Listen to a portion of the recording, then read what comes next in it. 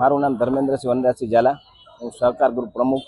મેં એક સહકાર ગ્રુપ કરીને ટ્રસ્ટ ચલાવી છે અને આ 16 વર્ષથી અમે બજરંગ ગરબી મંડળ ચલાવી છે અને આ 17મું વર્ષ અમારું બજરંગ ગરબી પ્રવેશમાં છે। અને અમારો ખાસ આ બજરંગ ગરબી મંડળનો એક ખાસ એટલે તમે એમ કહો કે રાસ એવો છે કે સળગતી ઈંઢોળી, જેમાં ઈંઢોણી હોય છે, ઉપર ગરબો હોય છે, એની ઉપર ઈંઢોણી, હાથમાં 2 મસાલ, એ બહુ ખાસ કરીને અમારો એક પ્રખ્યાત રાસ છે।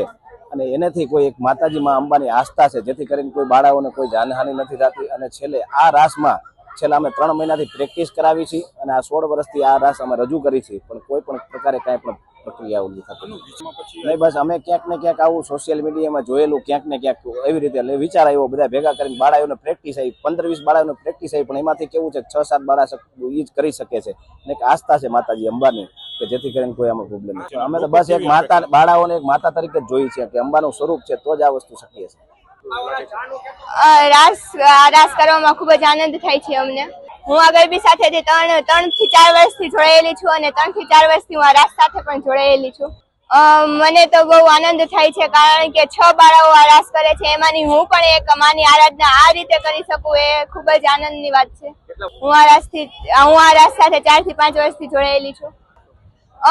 અત્યારે અર્વાચીન તરફ જવું સારું છે, પણ પ્રાચીનને પણ ભૂલી જવું એ સારું નથી, કારણ કે આપણે પ્રાચીન સાથે પણ જોડાયેલું રહેવું જોઈએ।